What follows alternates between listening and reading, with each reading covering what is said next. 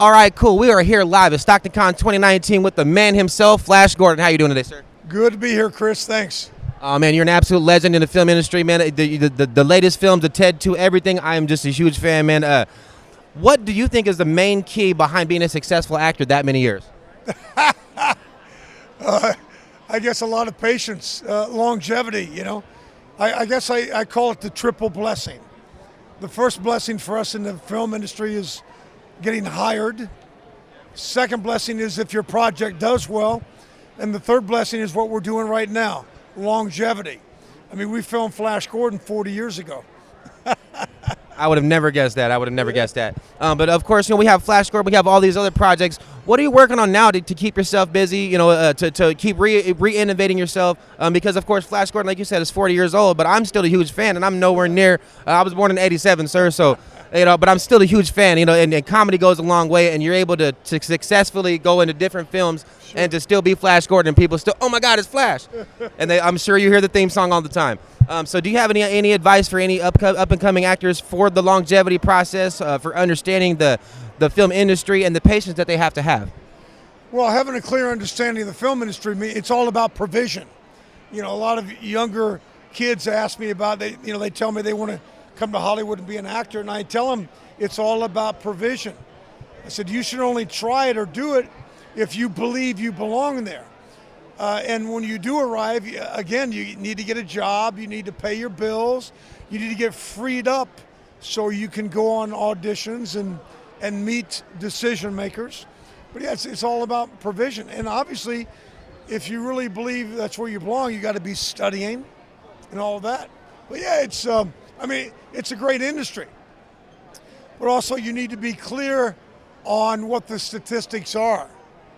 So there's only 3% of all actors in the world, only 3% that can make a living and pay their bills.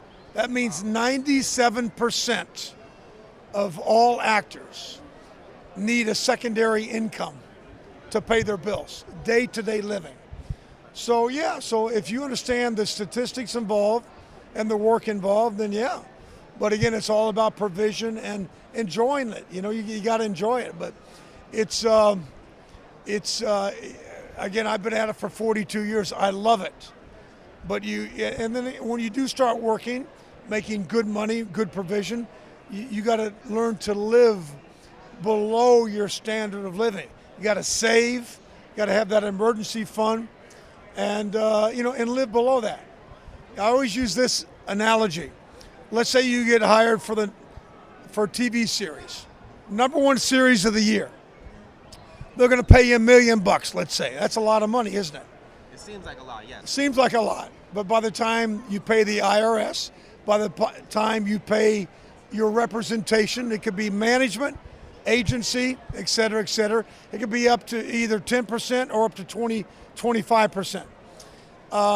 And so now you're at maybe $350K after you pay everybody off, right? That's still good money. Well, yeah. But remember, you've only worked, it's not a year of work. A television series will take anywhere from 4 months to 6 months. Now, with that $350,000 that's left over from the $1 million, did you go out and buy the Ferrari? Or did you go out and buy the Prius? Did you buy the $1 million house? Or did you maintain your apartment or buy a small condo? Well, if you went out and bought, the Ferrari and the $1 million house, if the phone doesn't ring within that year, you're already bankrupt. So that's why you got to live below your standard of living. Now, because I know that you're really busy today, so I don't want to take up too much of your time. Now, is there any advice that you want to give someone of this generation wanting to get into the film industry? Well, it's the same advice. Don't pursue anything unless you know it's your God-given talent, unless you know that you absolutely belong there. But if you want to approach something and maybe try it, yeah, try it. But again, you got to be providing. You need a job to pay your bills. So I would say anything that you pursue, you have to know that that's where you belong. Absolutely, sir. That right there, that advice is not gold. That is platinum to me. I do appreciate your time so much. Hey, Sam Jones, Flash Gordon. You know how I know that? There I am right there. Okay. MyTV26. You better be watching.